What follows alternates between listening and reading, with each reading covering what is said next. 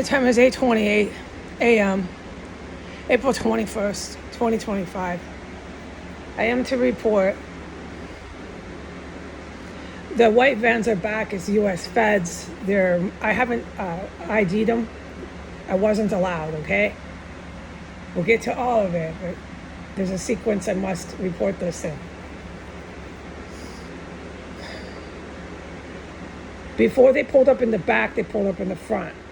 All their white vans, all their work vans. But the white vans are here. We'll get to it in sequence. There was massive combat once they pulled up in the front. Only massive underfloor of main room, right where that compartment is. If they march in from 1507 S3 Northwest, all right, massive combat. At that point in time, my typical routine, I'm stuck in my chair, I'm a piece of furniture. I have to be generally quiet, and I'm not looking out windows, I'm not opening bedroom doors, I'm not moving, I'm sitting on a chair like a piece of furniture. This is a better example. I'm sitting on a chair like a throw pillow. I've become a throw pillow, and I better not move, okay? And that went on for a series of minutes. It was pretty stressful, you know? It's just against your instincts, but that is the best way to protect myself when that shit happens. And I can shout that from the mountaintops. All right, it's okay, it's clear. All right, so I became a throw pillow on my chair, witnessing just massive combat once they stormed into 1507 from S Street entrance. After the combat is when they made themselves apparent world-famous celebrity terrorists. Yeah, I shit you not. That's what they did in America. Everybody knows that. Anyways, moving on. So they pull up in the white van. It's U.S. feds.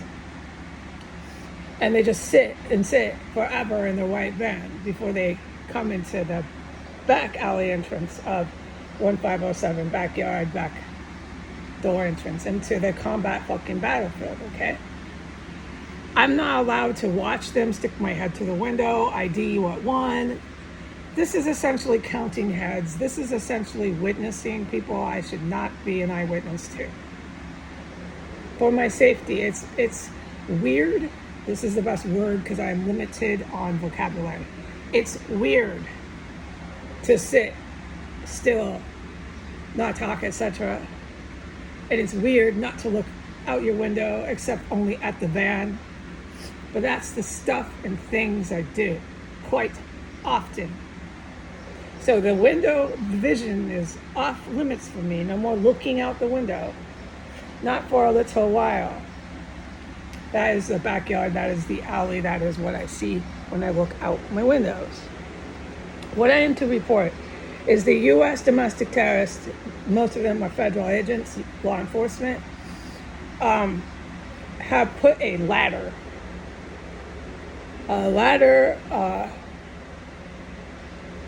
in the backyard of 1515 or 1517. Is that house that faces the alley is like an adjunct house. They think they're cute here. It's all owned by the Russian mob, this whole entire terrorist compound, or was. I don't quite know the status. They put a freaking ladder so they can crawl up and down their roof. It's the same as here when they were first killing prostitutes. They used the ladder. So it's berserk. But like I said, they literally scale the walls, they yell, they're in the backyards. It's berserk.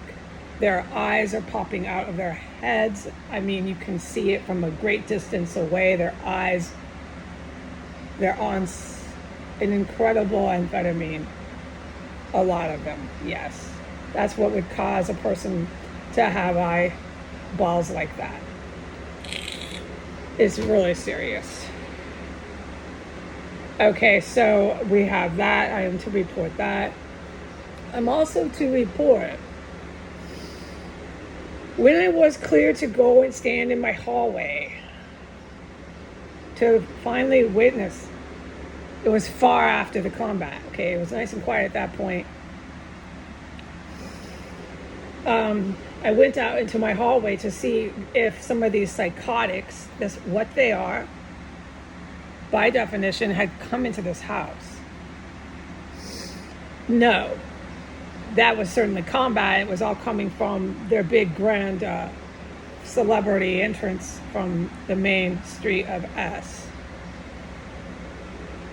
At that point in time, while I'm standing in my hallway, there's a stench, just wicked, disgusting stench of human remains, which was not there 15 minutes before, in this time range, when I had last been out in the hallway. So with all these U.S. federal agents comes this stinking, reeking stench of corpses, because that's how low down the scale they have gone. The white van, they like to multitask, and they think they're messing with chemical explosives, building, bomb making, and they think they're trying to assemble a weapons system from another country, basically stealing it, taking it over, so on and so forth. These sorts of examples. A very, very, very high level weapons system that requires, after a certain point, scientists, and so they're persisting at that. I wouldn't do that personally, never, no. And if I was going to hijack and steal a weapon system, I wouldn't put it in my bedroom or my backyard of any military, no, because they're going to send their military to come retrieve it. Any military, pick a fucking country. I don't care if it's the Bahamas, pick a country. But the geniuses here are persisting at that, and they're relying on all their politicians and their equipping military to protect them. We know the order here, order of operations. We're still operating out of our backyards and our bedrooms on S Street. With our eyes bugging out of our heads, you can visually see that. Just popping out. They're so wasted high on narcotic. And ladders, putting ladders everywhere. They're tweakers, dude. Yes, okay? There's ladders, they're crawling. Yeah, hey, yeah, working. Okay. At the time I went into the hallway and I smelled the stinking, reeking stench, level 4 out of 5, 1 through 5. We're still in the 1 through 5 radius. I witnessed the steam sauna room again. This incredible steam, this incredible heavy, wet, humid air. Everything back. Hear us, see us, talk about us, smell us, film us. That's their MO. So I certainly can smell what they're doing, okay?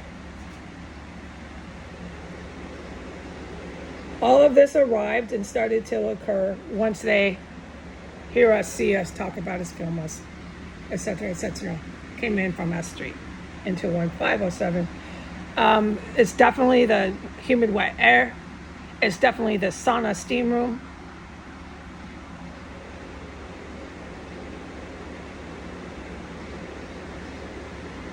Etc., etc., that I have documented. They operate with their corpses.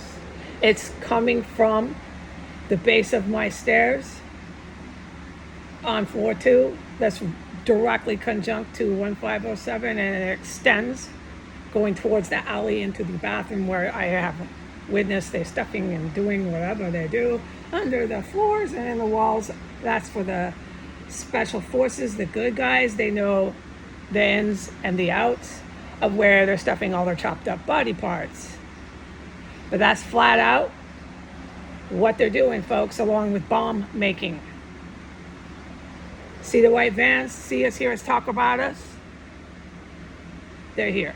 And they pull in the back and they like to hang out. They're real big, tough, loud, and proud. With their eyes popping out of their heads. But I can't witness any of that today. I'm forbidden from looking out the windows after I spotted the van hanging out like boys looking for girls in the parking lot. They're hanging out with their trunk. They got some beer, the music, looking for girls. That's part of the fun here. Remember, I reported that. It's part of the fun. Lots of chicks cruising, looking for guys just like this. Lots of babies strolling. I want a boyfriend who dismembers dead bodies. This is my guy. That's my guy. It's okay if he chops up bodies. He loves me. He just does it in the bedrooms of this house, and it's okay.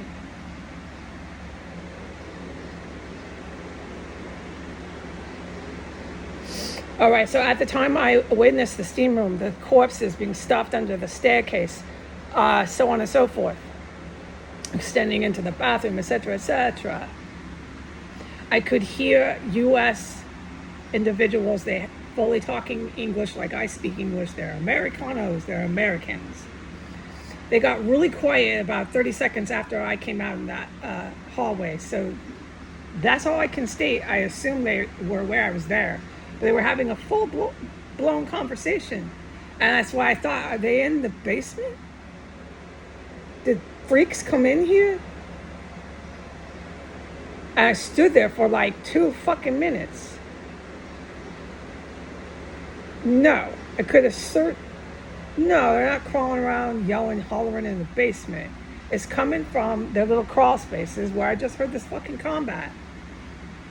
These construction men constructed little illegal entrances, workrooms, etc., walkways, all through this fucking compound.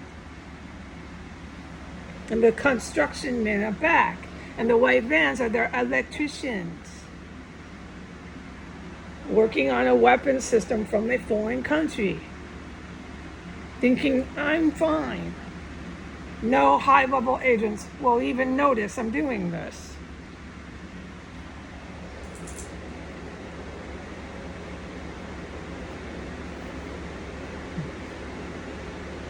All right, so after about 30 seconds, it got really quiet. There was no more Americans shouting. It was men. There was 2, certainly. And they were basically talking pretty loud, and they got real quiet. I don't know why. I don't know anything. I'm just telling you the legal facts. Legally, that's what I did. That's what I heard. Out there in the hallway, surrounded by corpses, the stench, steam, humidity, everything back suddenly with these humans.